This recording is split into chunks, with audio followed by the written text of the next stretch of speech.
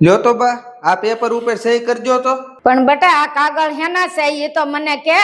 બા, મારે બેંકનું કામ થોડુંક અટવાયેલું છે ને, એમાં તમારી સહીની જરૂર છે મારે. બેટા આજ સુધી તો તારે મારા સહીની જરૂર નથી પડી. બા, તમે ઈ બધી પંચાયત કરો માં ને, મારે પછી મોડું થાય છે. હા બા, જલ્દી સહી કરી જો ને, એને મોડું થાય છે, પછી ઈ કામ પતાવીને એને પાછું ઓફિસે જવાનું છે. સારું બેટા લાય કરી દઉં. ઘડીક ખમો બા, એમાં સહી નહીં કરતા. તું વચ્ચે શું કામ બોલ છો? તને શું વાંધો છે? બા, પેલા મને ઈ પેપર વાંચવા દો. મોટા ભાઈ, આ તો આપણું મકાન તમારા નામે કરવાના પેપર છે. તું તો કહેતો હતો ને કે આ બેંકના કાગળ છે. તું મારી હારે એટલું બધું ખોટું બોલ્યો. પણ બા, છેલ્લે મકાન તો મારું જ થવાનું છે ને. મોટા ભાઈ, મકાન ખાલી દિવાલથી નથી બનતું. આ મકાન બનાવવા હાટું આપણા બાપાએ એની આખી જિંદગી મહેનત કરી છે અને બાએ એના બધાય ઘરેણા વેચી નાખ્યા છે, ત્યારે આ મકાન બન્યું છે. એટલે આ મકાનમાં બાનો પૂરેપૂરો અધિકાર છે. અમારા નામે કરી લઈ તો શું ખોટું છે? બાની સેવાય અમે જ કરીએ છીએ ને.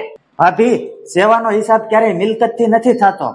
સેવાના બદલામાં જે મિલકત માગે ને એને લાલચ કહેવાય. બેટા તું જયારે નાનો હતો ને ત્યારે તું બીમાર પડી ગયો હતો, ત્યારે હું 8 દી નહોતી હોતી. ત્યારે મેં એવું નહોતું વિચાર્યું કે સેવાને બદલે તારી પાસે કઈક માગું, અને આજે તું મારી પાસેથી મકાન છીનવવા માંગશો.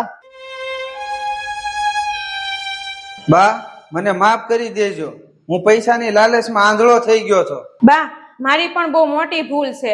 આ ઘર અમારા નામે કરવાથી નહીં, પણ હવે તમારા આશીર્વાદથી જ હાલશે. જે ઘરમાં ભાઈઓમાં હક હોય ને ત્યાં મિલકતમાં કાગળિયાની જરૂર નથી પડતી. મારી મોટી સંપત્તિ તમે બે ભાઈઓ જ છો.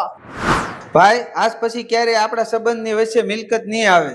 મોટા ભાઈ, ઘર મોટું હોવું જરૂરી નથી, પણ ઘરમાં પ્રેમ હોવો જરૂરી છે. મિત્રો, મિલકતમાં ભાગ પડવાથી ઘર નથી તૂટતું, પણ ઘરમાં સ્વાર્થ આવવાથી ઘર તૂટે છે. જો તમને મારી વાત હાંસી લાગી હોય તો વિડીયોને લાઈક કરો, કોમેન્ટ કરો અને વિડીયોને વધુમાં વધુ લોકો સુધી શેર કરો.